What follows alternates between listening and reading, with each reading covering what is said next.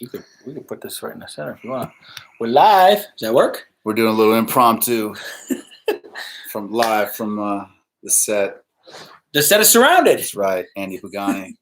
Hello, Andy Pagani. I'm here with Anthony Mandler, The writer of Surrounded. We decided to do a little impromptu. We're doing improv too. We're doing it on your Instagram. Yep. And my YouTube channel, Andy Makes Movies. Yep. And let's talk. All right. Let's talk making movies. Let's talk and drink mezcal. Here we go. So, for my people, a lot of them are writers. Jamie Bell's not here. Yeah, he's wrapped, by the way. Very sad about it. Yes.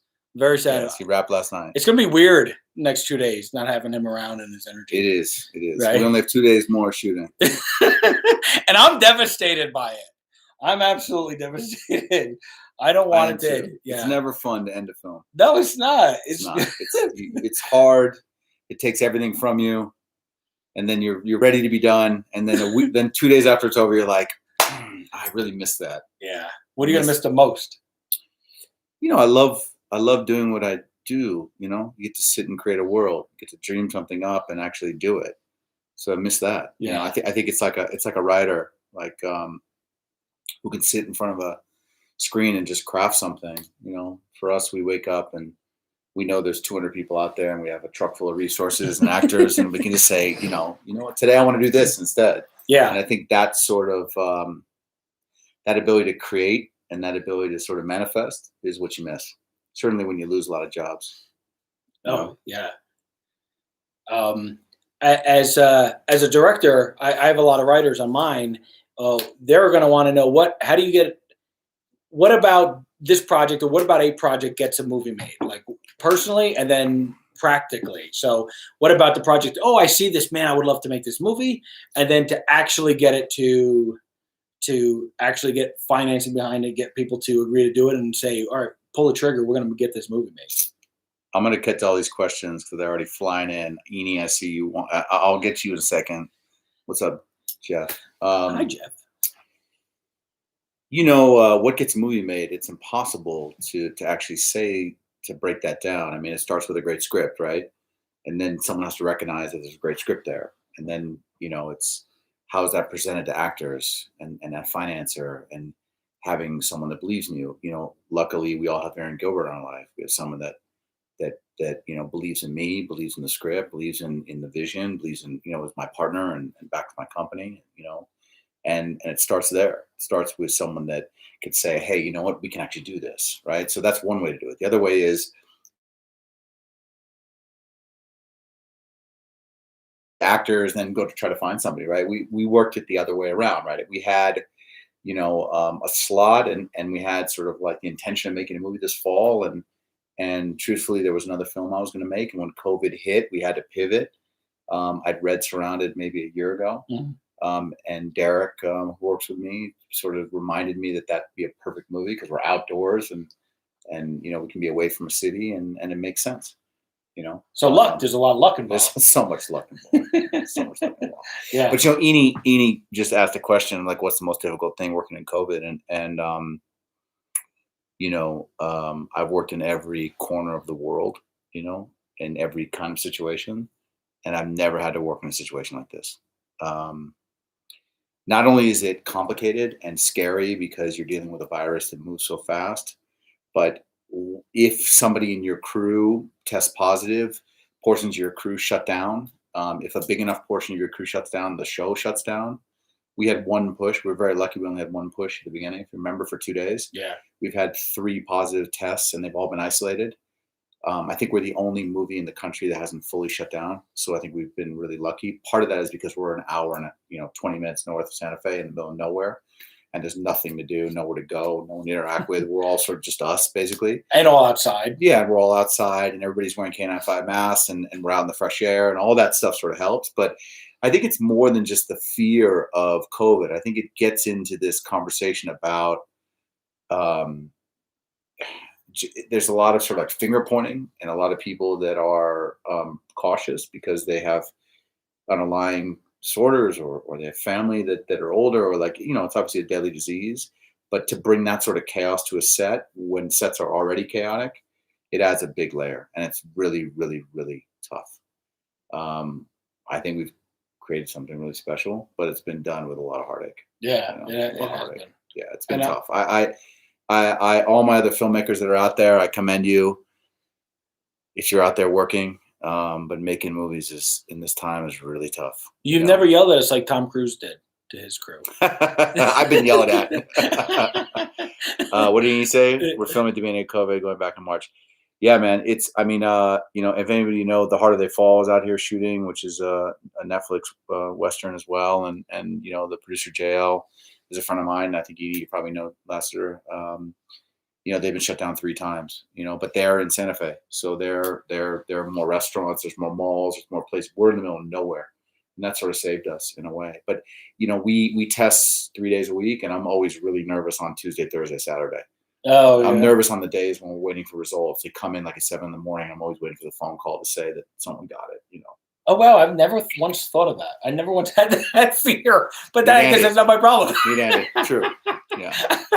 Oh, my God, Des, I ain't got it. Nobody's got All it. right, let's see what kind of questions we got here. Lots of questions. Did we change the script because of COVID? I mean, Not because of COVID. did no, we? I don't think we changed the script because of COVID. I think that the script was initially perfect and fit into this time. The movie, there's only one indoor scene in the whole film. Unfortunately, we're shooting the movie during dead of winter in New Mexico, and the average temperature is about 15 degrees. Yeah. Although it's blue skies. But we didn't change the script at all. We've had to pivot because of weather, and because of pushes, and because of schedule and moving things around. Vincent Craig said, "What was your technique in directing Andy?" Trying to get him not to giggle. That's the problem. Is that Andy likes to giggle too much. See? Yeah, that was his first every meeting we had. Anthony would start with, "All right, Andy, no giggling." Yeah. No giggling. Yeah, no giggling. I can't help it. I enjoy immensely Andy's energy, his just positivity. I think being I'm directing and producing this film, and so for me, there's a lot of stress on my hand, and it's a tough film. It's a tough subject matter. The Letitia Wright's in every scene of the movie. Jamie Bell's in almost every scene in the movie. We're dealing with really hard conversations and tough subject matter, and we're out in the winter and in the elements, and Emotional. it's emotional, and it's like, so for me, I have to, like, every day I have to be incredibly focused, and I come to set and he's singing and dancing, and he's got the puppets going, and he's completely refreshing. Oftentimes I will start my day by watching one of his YouTube interviews where he's just like, "So it's day 37 of my making my film," and he's so happy and so positive, and it brightens my day up. Thank you. That's immensely. I Yes. like your. The worst is I can't tell the details. Yes. Right. I'm trying not to tell the details Yeah. of the movie. What can't you tell? Who's in it? Well, Well, now you can tell. well, now Brett's in it, Yep. and we didn't talk about the guy we were just showing. Hmm. Right. He's not announced. Right. Who? The wrestler. Oh, Kelvin- Keith Jardine. We can say Keith Jardine's. We can? Yeah, we he's got not a wrestler. He's an MMA. MMA. Fighter. Don't call him a wrestler. I know nothing about it. I know nothing. Keith Jardine's in the movie, former lightweight champion, And he plays one of my favorite parts. Yep. Yep. What else we got here? Jeffrey Donovan. Yes. Busted out with the puppets. Yes. What is that? Yes. Andy makes puppets, and he oftentimes comes to set with his puppets, and it's incredible. I think Jamie Bell beat one of your puppets. He beat one up. He beat one of your He puppets did. up. He grabbed the puppet. It was a tough scene. I think was he not ready for that. I was not ready. He hates puppets, Jamie Bell. Really Yeah. weird. He's such a sweet guy. He's such a sweet guy, and he just went nuts one day. What's up? Let's ask some questions. I'm looking back. Hey, from Mykonos. Wow. All kinds of stuff. Arthur Lang, what's going on? Here we go. We got one over here. Congrats on finishing the film. We didn't quite finish yet. 2 days left. Yep. Will you go to festival route or be streaming theater release? Looking for that We have a studio partner. We can't say who it is yet, but we do. So I don't know if we'll go studio route. Wow, I'm looking at this question. Is CM Schwartzy your who you write with? Yeah, here he is. My mother was a teacher at AFI, yes. Nancy Sackett. Did you take her? She was a writing teacher that taught for many years at AFI. Yeah. I had no idea. Yeah. Did he go to AFI? He runs. He's a manager there. No, then he would have. And I studied with Jim Hosny in high school, so a long connection to. Are we gonna premiere there? We're gonna have a little thing at AFI. Someone said, "Do I think that Tom Cruise was right?" I mean, look. It's so hard, we all listened to that the other day.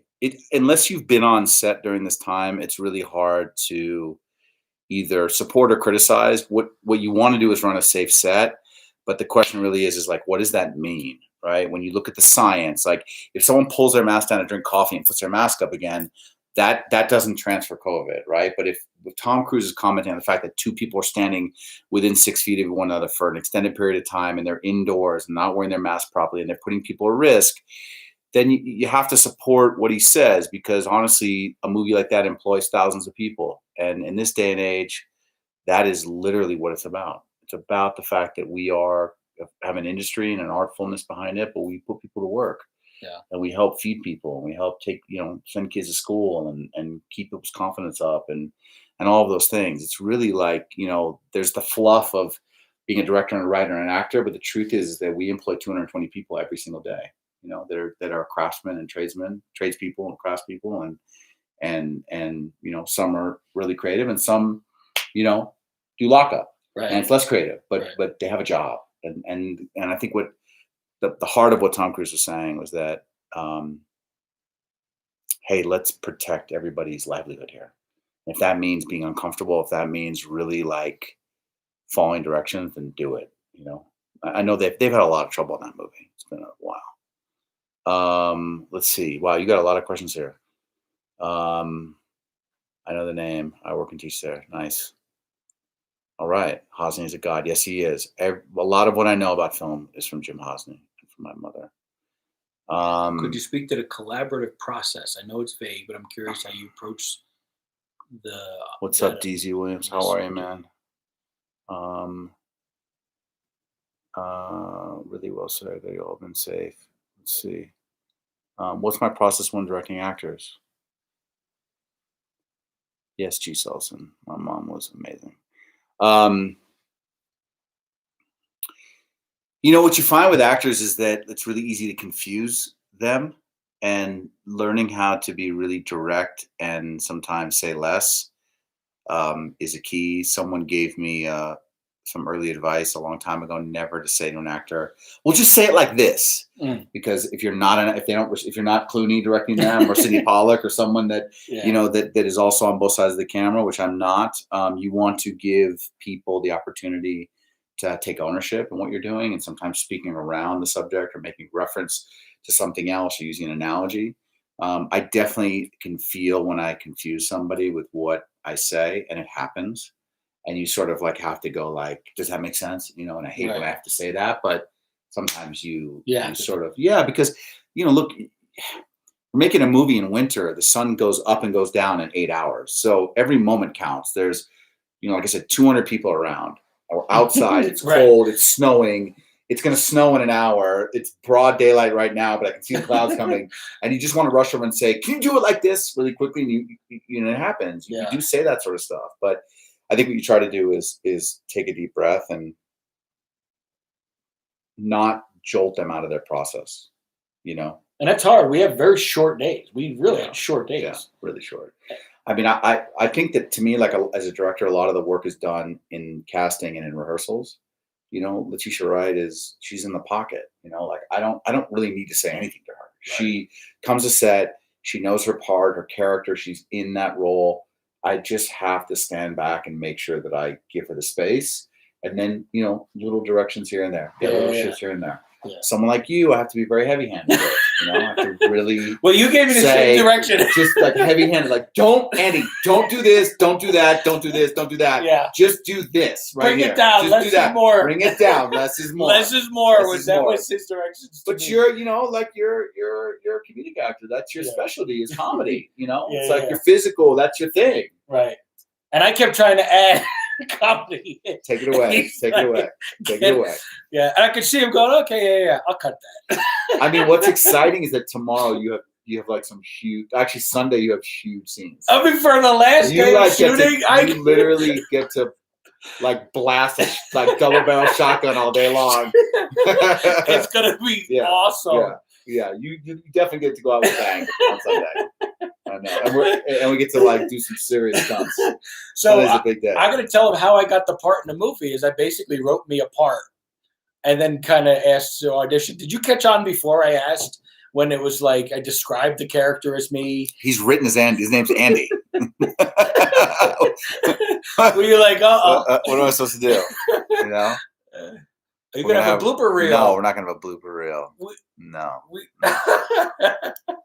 Yeah, I mean the light has to match, but you know, at the same time, I'm such a stickler about that, and it's driving me crazy because for 2 weeks it's beautiful and clear here, and then for 2 days it snows, and then it's overcast and it's clear again, and then it snows in the morning, it's clear. You know, the continuity thing is a big issue, and you definitely like have to keep your eye on that. But the light in this movie is a real journey, and we've, you know, Max Goldman and I, who's a cinematographer, we wanted to craft something that was really cinematic, but also naturalistic at the same time. So we're not really using any lights. You know, we're letting the lenses and the camera and the quality of light and smoke and texture and dust, you know, be the personality. And because we're shooting at the, you know, in the shortest days of the year, you know, we have beautiful light basically all day, except for maybe 1 hour in the middle of the day where it's a little high. But well, so yeah, talk about that, because it took me about 4 days. I think I was just so happy to be here. It took me about 4 days to realize you guys weren't using lights at all. I mean, that's a bold move. I've never seen that on a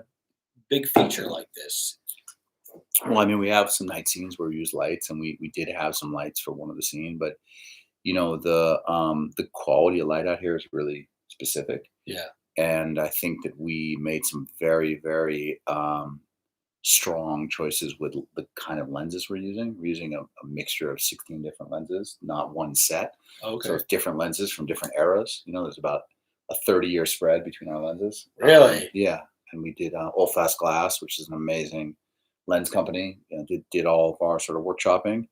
And I think we would just rely on the personality of the lenses and the way that Max is exposing it and how we position scenes and how we've timed it. But, you know, the movie looks beautiful in front light, backlight, side light. It sort of looks beautiful everywhere. Yeah. You know, the only real issue is snow that seems to be creeping in here and there. Well, somebody actually asked that. How did you deal with snow showing up unexpectedly? Did you lean into it? Well, we had 2 snow days earlier in the shoot, and we waited. Remember, we waited 5 hours, then shot very quickly. Oh, right. Yeah. Yeah, right. But the other day we had this big snowstorm, and we reshot a big scene in snow that wasn't planning to be snow. Right. And we just embraced it. The problem is now we have snow everywhere. So we've been last 4 days, we'd have our art department out with blowtorches melting snow, it, yeah. And our VFX supervisor taking a lot of plates basically to potentially, you know, re-landscape the landscapes. That's right, because the first snowstorm, it was within 2 hours that it all melted.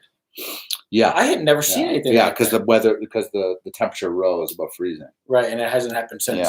Yeah. It's been very cold here. Well, I mean, making things look like 35 millimeters is really easy these days. We're shooting large format, so it's more like 65 millimeters. Yeah, it looks like Lawrence of Arabia. Do we shoot the film in order? We tried to shoot the film in order as much as possible, which I feel very strongly about. I try to do that for the actors. We probably shot 70% of the movie in order. Yeah, pretty close. Yeah. Yeah, I mean, the opening scene of the movie is the biggest scene in the movie, basically, with a lot of all extras. The things. Yeah. What else? Did you have an editor on set cutting as you go? No, I did not. But I have an editor in New York working right now, Ron Patain, who's an incredible editor. Very, very, very excited to work with. But I don't typically like to. Hey, Joe Jonas, what's up, dude? How are you, man? Hi, Joe Miss Jonas. you, buddy. Miss you. Hope to see you soon. I don't have an editor on set. That was something that a lot of people like to do. We talked about it. How was dealing with snow, Joe? It was hard because 75% of the shoot has been bright blue skies and sunlight, and then all of a sudden it snows out of nowhere. So we've been very stressed trying to figure out how to deal with it, and I reshot a couple scenes to match. And we have 2 days left, and we have 2 humongous, stunt days where we've been trying to remove snow over the course of like maybe a 20-acre plot of land that we're shooting in. And we have a stagecoach and 8 horses, and we're blowing up stagecoaches tomorrow and throwing things over cliffs and doing all kinds of. I can't wait. People are getting shot and I'm shooting people. Yeah. And so it's a lot of that. That's our last 2 days of the shoot, and I'll be. Are you a big Western fan? I am a big Western fan. I went to USC Film School, and I wrote my thesis paper on Shane to Unforgiven. So I wrote my thesis on the Western, actually. So, but I don't feel like we're making a Western, really. I feel like we're making a movie set in this era, and therefore it's a Western. But I think our film is closer to like The Revenant in as far as journey than it is like a classic Western. I think it has the tropes of a Western, but I think really more than anything, actually, Joe, I think we've probably drank 100 bottles of Mezcal while we've been here. and I had to drive to Santa Fe to pick up more today. So thank you. I appreciate that. Because you know very well that I can't get through my nights without some Mezcal. Thank you. I appreciate that. And how's your baby? I'm so excited for you. That's a sidebar. But I think that we're making a film about a Black woman hiding as a man in the Old West, right? Yeah. Who is on this journey to build something for herself, her family, and for people. And she's doing it on her own, right? So the risk of essentially hiding as a man, to fight as a man, to make money, real money, to buy independence, and to buy land and to build something is, I wouldn't call that a classic Western. I would say it's more, a journey of, sort of challenging morals in person and sort of in a very tough and rough time, right? And that's the Western element, right? The fact that we're in the Old West, it's 1870, right? And you're sort of, just out of slavery, emancipation, right? And it's a pretty dangerous thing to be a Black woman traveling alone in the Old West, and what happens in that scenario, and how do people look at you and judge you? Right. And but yet it's very timely because everything that's happened this year and the conversations that they're having in this movie that they could have had in 1870, you could still have today. I was talking about Brett's character and like what he was saying, that's thing he does in the beginning. I'm like, you could walk into a bar in upstate New York and hear the same thoughts being spewed by someone sitting at the bar. Yeah, I think you did. I mean, what I love about the film and where it is that it's like a mirror of today. The struggle and the fight of judgment amongst people, and sort of like who is really standing in front of you. For half this movie, people don't even look the character in the eye, basically, and it's so much of the film is about our character and the world around her, and how the different characters reflect. Are they safe? Are they dangerous? Are they friend? Are they foe? Are they enemy? Are they savior? Are they violent? All of those facets, and so part of, I think, my process with the film has been about, how does each character interface with Mount Washington? Is that person a threat or not? Right. It can come down to that. Does she want to pull a gun on that person or be sort of, quiet and wait, and use that sort of military experience and that sort of weaponry experience and that insight that she has as to sort of survival, really, because that's what it comes down to. How do you approach when you take on a scene like, when we got a lot of heavy, deep emotional things happening. When you decide how you're going to, where you're placing the camera, how do you approach those scenes? We've never talked about how you've approached any of it, but you've had such a clear vision right from the beginning. I remember talking, through the script and the rewrites. It's like, I see this like long pan shot of this thing. I mean, you knew right from the beginning. Yeah. I think how you saw this movie. Yeah. Do you have a specific approach or is it very just intuitive? Oh, let's put the camera here, or watch them rehearse, and then we'll figure out where we're going to stick the camera. What's up, Alexi? Hey, buddy. I'm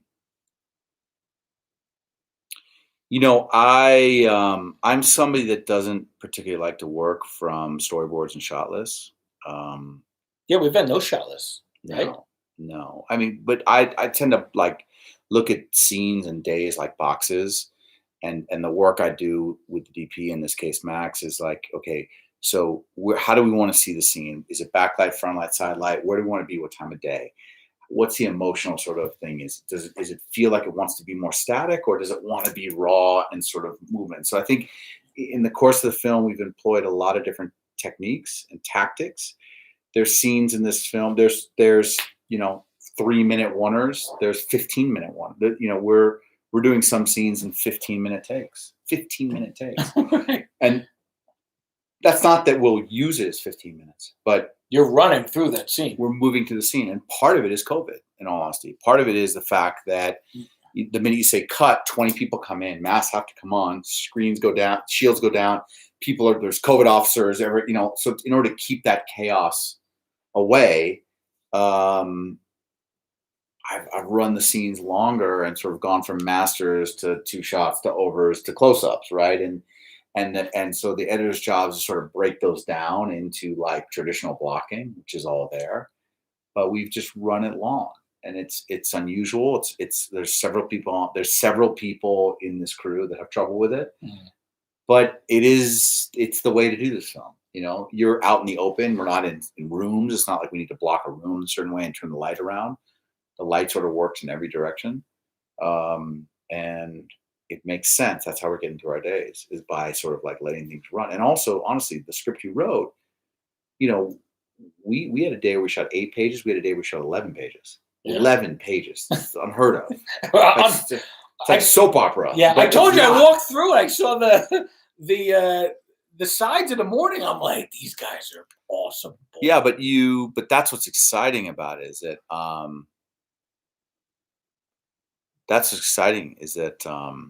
I was so excited about that. But why wouldn't I? When you have Jamie Bell and Michael K. Williams and Brett Gelman and Jeffrey Donovan and Letitia Wright. Yeah. People that are like, come to set and they know their lines. They know 10 pages of dialogue. And other people's lines. Like Kevin Wiggins knew everybody's line, right? And the idea that we can come to set, rehearse a scene for 20 minutes and shoot and go. And for me, like what's great about the long takes too is that you're less precious about the precision a little bit. You sort of work through it. Like I remember, so Luce Rains in the movie is such a classic actor, and he was like going off this riff that made no sense. I'm sitting there like watching him, and I'm just like, I'm not gonna direct. I'm just gonna let him do it. And I'm talking to Max. I'm like, pan left, and like the camera comes on to Jamie, and I'm like, got a single Jamie. I'm like, okay, good, we can cut through that. I'm not gonna. He's so amazing to watch and let him, but I don't want to like. But we created like a theater, like it's like a theater, right? It's a place for people to actually just. We're out in the cold in this beautiful. Look, we are shooting where Georgia O'Keeffe painted every day. Right. No one's ever shot a film there ever. We've got Ghost Ranch has given us just so much access to this location, and so why would I break it up? Just let people be in the moment. By the way, that was the one. That was the one time I came up to you, and I was like, "What are we gonna do?" You were just like, "I got it." Yeah, we got it. Keith Lehman in the house. What up, Keith? Did you rehearse before the shoot started? We did not. Unless you guys did. I guess Nicole, Jamie and Letitia must have. Ariana? Did I rehearse? I mean, we did. How's Connor doing? Who's Connor? Connor's my puppet. Oh, sorry. Is that the one Jamie beat up? No, that's Charlie Potatoes. Oh, damn. I feel so bad for him. He survived. Did we? So we prepped for about 10 days. Letitia had some trouble. Took her a while to get in the country because of COVID and because of the border shutdown. So we had a truncated prep. But what we did was, and you were there, I had this house in Santa Fe, and they would come over every day, and we basically just talked the script. We just worked through the script, and they weren't off book by any means. We just read. And so I would work with Andy was there, and you would be sort of rewriting. Derek, producers with me, was sort of taking notes, and then Max, the DP, was there, and we were sort of just saying like, "Oh, what if we do this?" And so actually, before the actors did that, we did a technical walkthrough. We just sort of like with the AD, and we just sort of sat and said, "Well, what if we make this a oneer? Can we do that? What if we do this whole scene from 200 feet away. Can we do that? You know, what if we do this whole scene all handheld?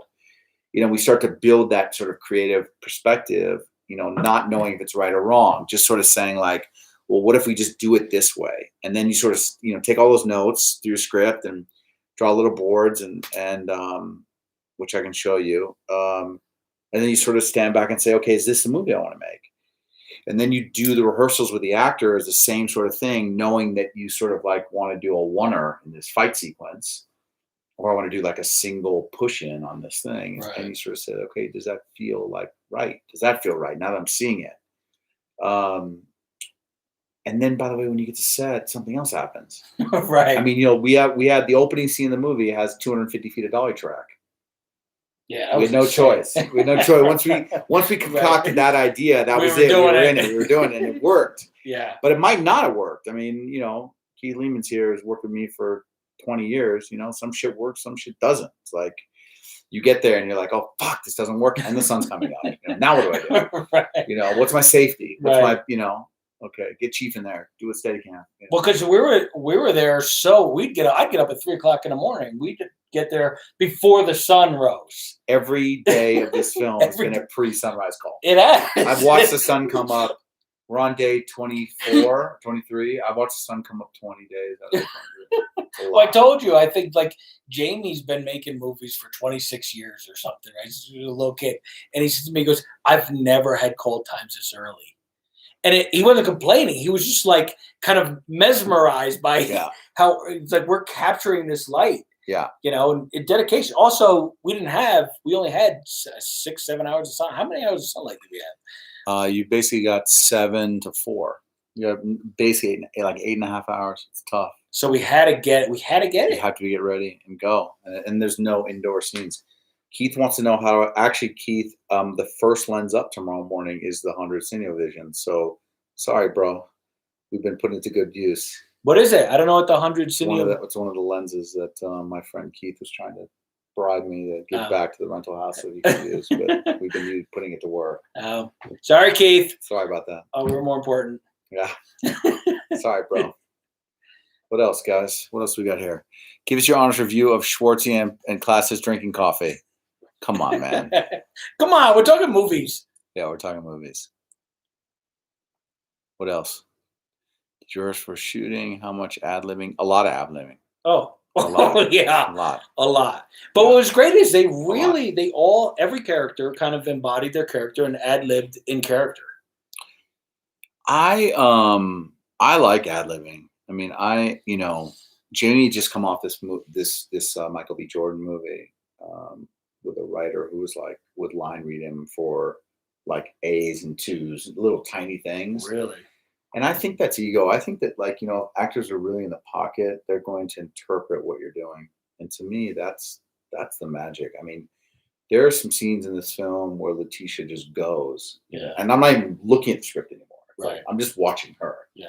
I mean, there are sequences where she's so off the book and just sort of in her zone, and then she brings it back. And Jamie too. Yeah. Jamie did the same thing. Yeah. But why would we stop them? No, because they were great.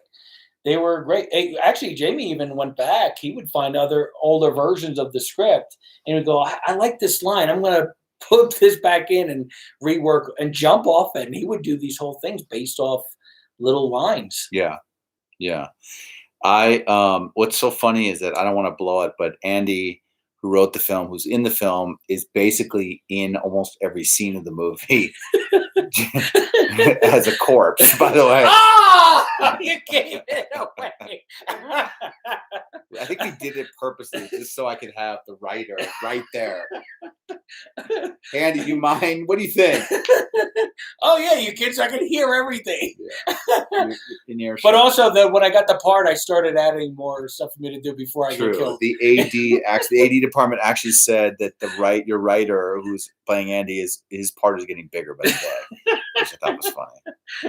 All right, some of you people got some questions here. What do we got? How do you keep the cast morale up in the weather? It's tough. It's really, really hard. How do you keep the cast happy in the weather? It's freezing. We shot nights. It was freezing. freezing. It's hard. It's really hard. And as a director, as a director, that people are suffering, but you've got to keep pushing and rely on your production to keep people warm. But we're shooting out in the middle of nowhere, so it's not like people are just sitting. Like actors go to cars or they go to trailers. There's 25 heaters on set. Everybody's huddled around them.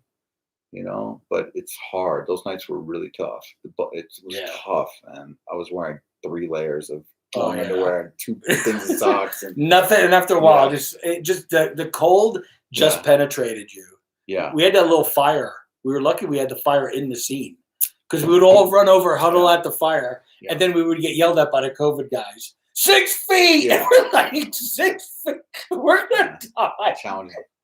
I'm glad we only had 5 days. Yes, and I was about to shout out my friend Michelle, who saved my ass by sending me the most incredible jacket and boots from Macaj, and saved me because I did not come prepared. Where was mine, Michelle? Again, thank you very much. You saved me. Well, how my dad's here. How enjoyable is directing this movie compared to other projects you've had? Well, good question, Dave. Enjoyable. I know it's enjoyable because there's like the script is a palette, right? The script, is the way that Andy writes dialogue and the way that he crafts characters.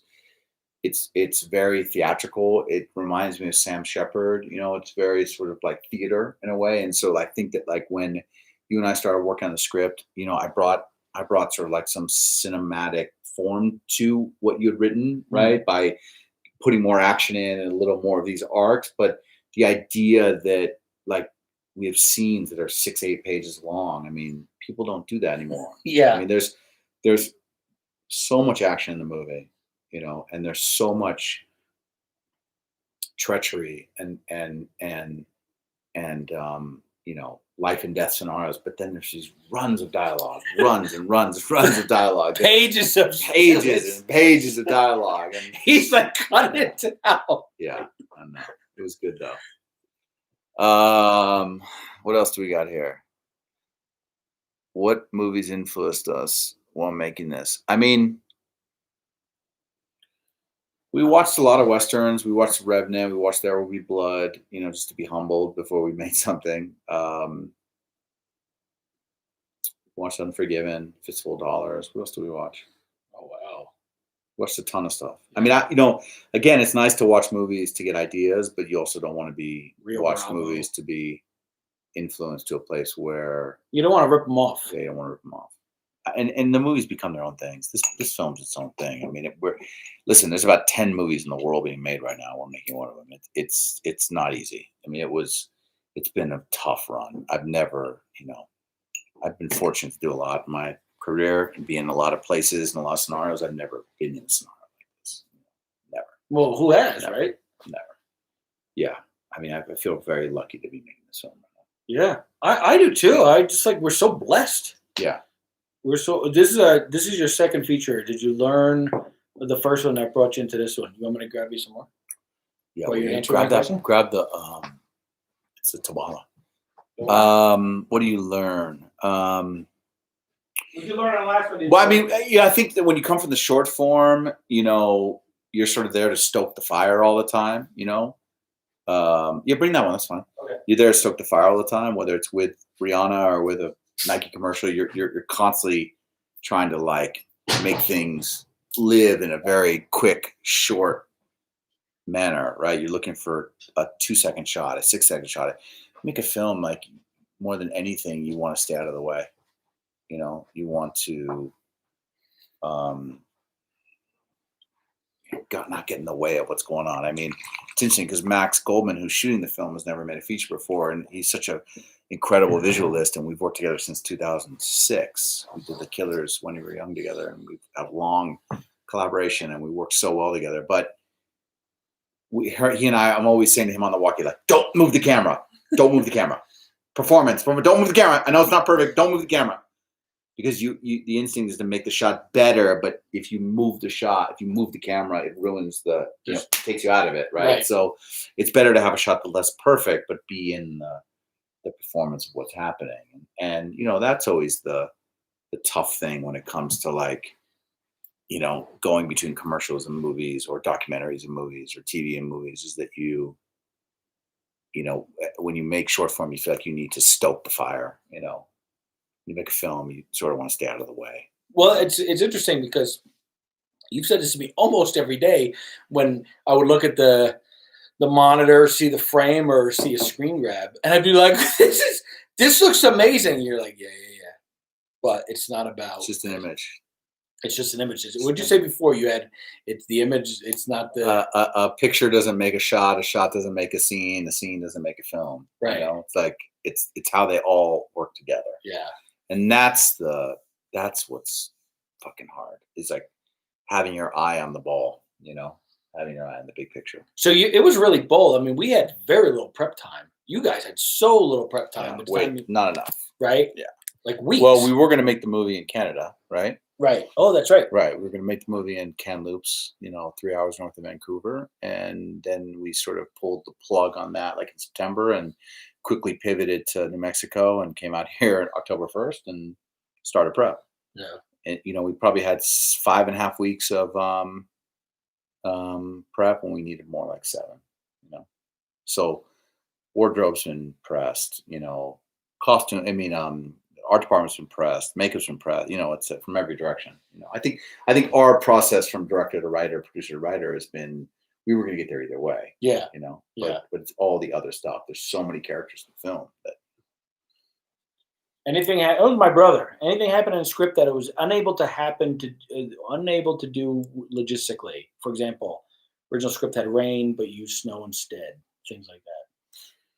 Well, the next 2 days we have some huge scenes that we did not get fully prior. So we're hopefully that these horses want to run tomorrow, and the ground is safe, and the weather works in our favor. And yeah, I mean, there was rain in the original script. It's not in this. We killed that because we're shooting in red clay.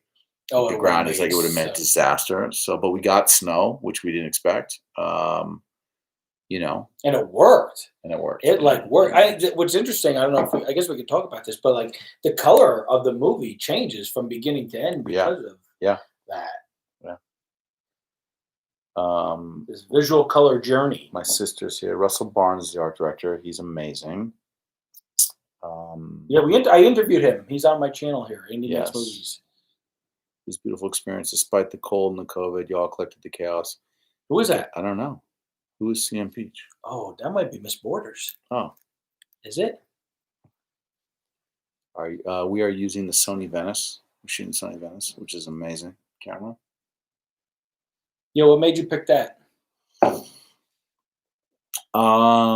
I shot my last film in red, and then I've been shooting with the large format Alexa the last couple of years, and everybody's been talking about the Sony Venice and about the detail in low light, and knowing that a lot of this movie was in sort of sunrise, sunset, nighttime. I started testing it a couple months ago, and Tom Poole, who's our colorist, who Max and I work with, who will color the film, it's Tuco. What's up, man? Tuco. Oh man, we were talking about you earlier. I got great stills of you. Oh, we had so much fun with you, man. Thanks for playing. Favorite part of the process: writing, development, production, or post? Wait, anyway.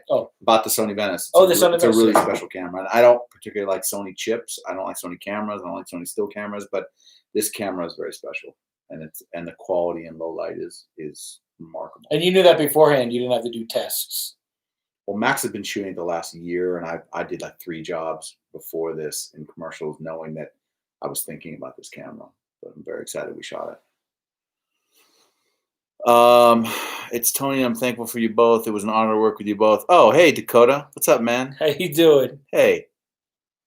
We had fun with you too. Yeah. When do you forecast we will see the finished movie? I don't know. You know, it takes like 6 months to finish a movie. So we're cutting the film in New York, and I'll go to New York in January at some point and start that process. And, you know, I'm writing a narration that I talk. What comes out? A VO, an Andy VO that goes through the whole movie. 1870. Oh boy. Yeah, man. Tuco and Dakota. We get some of our cast members here. We had a lot of I'm familiar gonna be guys. sad. I mean, aren't you getting sad that like Tuco's gone and Dakota's gone? I mean, you guys had your days. They wrapped, ripped out and the tree today. everybody got killed. What else? What do you Let's want see. people to take away from this movie, like when they see it, other than just entertainment? I mean, it's an intense journey. It really is. It's an intense journey for the character, for Mo.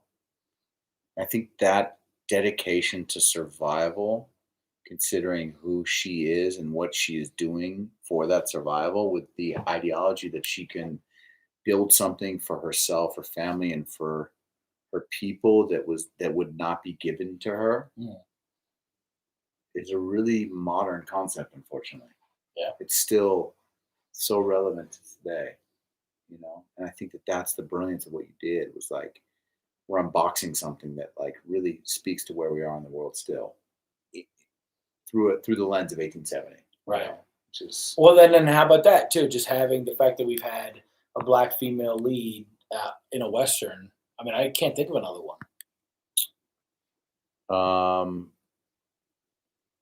Gotta run. Love you, Keith. We're talking about this movie Surrounded we're making right now.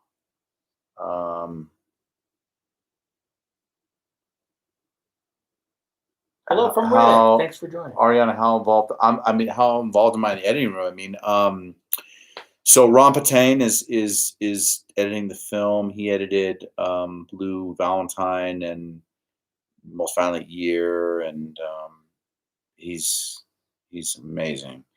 But he's an artist as well, so I give him his time, and then I'll spend 3 months working with him, sort of every day in New York, crafting the scenes. But he's, we have shot 450,000 feet of film. Whoa! And we're not even done. We're not done. We're not done. We're shooting a lot of film, 2 cameras rolling all the time. Yeah. And so there's a lot to go through, and he's got to spend his time with it and cut the scenes his way, and then I have my trust the cut. process. And then you have your cut. Yeah. What prop are you going to keep from Surrounded? I'm going to keep a couple things. Yeah.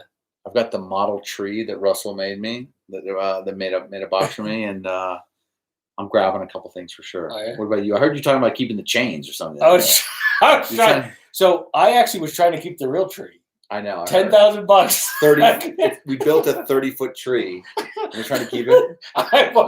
We had like serious conversations about getting it to New York and putting it in my backyard.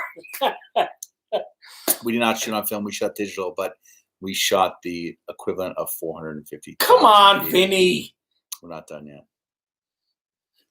What else from your side over here? I was offered a role in the movie recently, but unfortunately it was canceled. It was supposed to show in Pennsylvania. Thanks, Mike. What are you forecasting to finish? Oh, you didn't answer. Favorite Hey, part Augusta. of the process. Favorite part of the process: writing, development, production, or post. Augusta, Mrs. Borders is here. Hey, Augusta. We miss you. Yeah, we had so much She was fun. supposed to come back one last day, and she didn't come back. We miss her a lot. Favorite part of the process. Favorite part of the process. I don't really have a favorite part. No. Sort of like it's all one. It's all special. Yeah. It's all incredibly painful and incredibly satisfying at the same time. Yeah. You just sort of like, it's just sort of hard, and if you really feel like you're making something special, that there's a lot of reward and risk at the same time, because sometimes it's hard to have a worldview of what you're doing. And is it brilliant? Is it challenging? Does it work? Does it not work? You're sort of in that phase. We took a lot of chances. We took chances everywhere, which is great. I love that. That's what's exciting. You don't see that much in movies anymore. Do you go to the movie and just get utterly disappointed? Or what excites you when you go? What have you seen lately that you like? Honestly, TV is so much better than movies. Yeah, I just did this interview where they asked me what was the best movie and piece of art, and I was like, season 2 of Succession. It's like, oh, I haven't watched that. Oh, it's like, By the way, the last episode of Mandalorian. Oh, I heard. I didn't see it, but my it was good. God. I haven't been that impressed. We've been watching like we've been rapping every day at 5 o'clock when the sun goes down. So everybody comes here to my place, you know, the producers and Andy and Max, and we cook, and then we sit down and we watch like Black AF or Mandalorian, things that just sort of take you out of what you're doing, Right. just to keep you, you know. And no, I haven't seen it. I'm super excited. Yes, Ron Tane is amazing. Very, very excited to have him. What else do we got here? So surprised my wife hasn't been in here. She hasn't jumped on? She's usually in here like screaming at me. Uh-oh, my live She's chat. not there. My live chat ended. It wouldn't Let's work. see.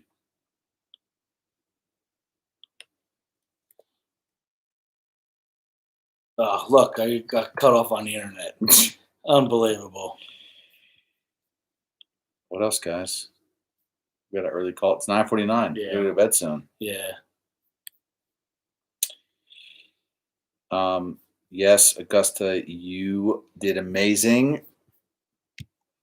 You were the easiest role in the whole movie to cast. What's up, Trav? We're still on? Yeah, we're on think- here. Oh, we're on there. I got disconnected. We might be back on here. Ariana, where did Alexa go?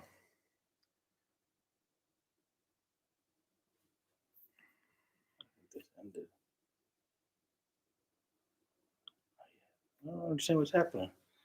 Are we on or what, fellas? Come on. Someone asked me about happening? Monster. Oh, yeah, I want to get him.